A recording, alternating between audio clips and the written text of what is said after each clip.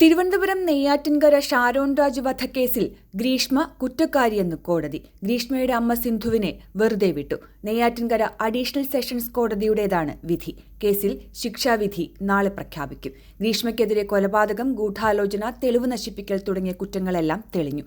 ഗ്രീഷ്മയുടെ അമ്മാവൻ നിർമ്മലകുമാരൻ നായരും കുറ്റക്കാരനെന്ന് കോടതി കണ്ടെത്തി. സംശയത്തിന്റെ ആനുകൂല്യത്തിലാണ് ഗ്രീഷ്മയുടെ അമ്മ സിന്ധുവിനെ വെറുതെ വിട്ടത്.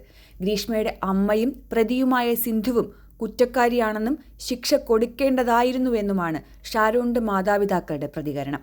കാമുകനായ മുര്യങ്കര JP ഹൌസിൽ JP ഷാരോൺ രാജിനെ വീട്ടിലേക്ക് ക്ഷണിച്ചു വരുത്തി കഷായത്തിൽ കീടനാശിനി കലർത്തി നൽകി കൊലപ്പെടുത്തിയെന്നാണ് കേസ്. പാറശാല പൂമ്പള്ളിക്കോണം ശ്രീനിലയത്തിൽ ഗ്രീഷ്മയായിരുന്നു ഒന്നാം പ്രതി. സൈനികനുമായി നിശ്ചയിച്ച വിവാഹത്തിന് തടസ്സമാകുമെന്നതിനാലാണ് ഷാരോണിനെ ഒഴിവാക്കാൻ ഗ്രീഷ്മ തീരുമാനിച്ചതെന്ന് പോലീസ് കണ്ടെത്തുകയായിരുന്നു.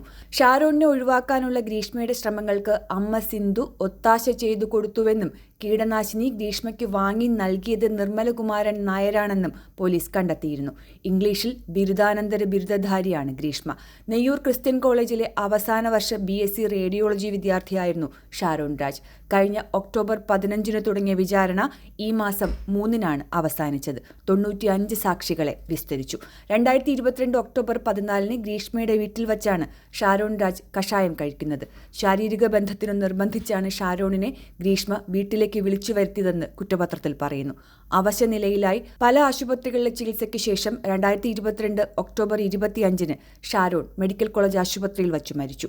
ക്രൈംബ്രാഞ്ചിന്റെ കേസ് അന്വേഷണത്തിനിടെ ഒക്ടോബർ 30 ഗ്രീഷ്മ കുറ്റസമ്മതം നടത്തുകയായിരുന്നു.